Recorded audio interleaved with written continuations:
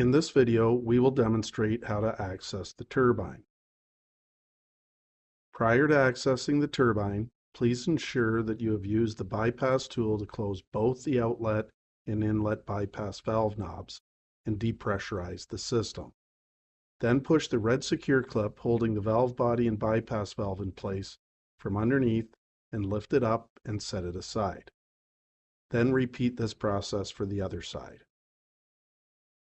Then wiggle the valve body away from the bypass valve and plumbing. This will expose the turbine located in the outlet port of the valve body.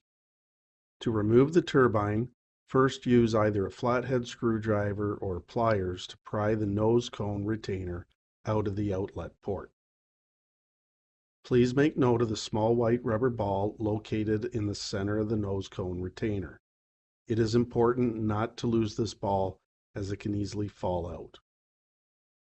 The purpose of the ball is to prevent the turbine from rubbing against the retainer. The stainless pin in the center of the turbine rests directly on this white ball.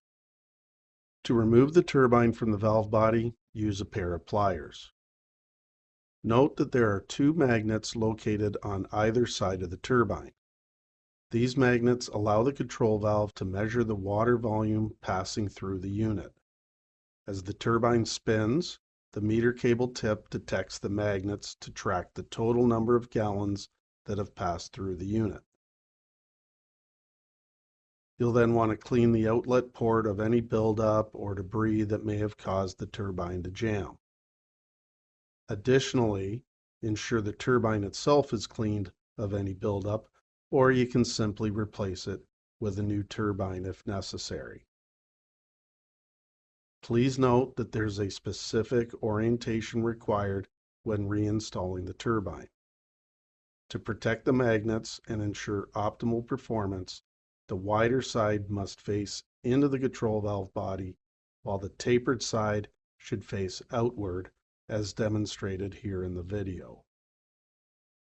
Then place the turbine into the outlet port, aligning the stainless pin with the center hole, and then snap the nose cone retainer into place.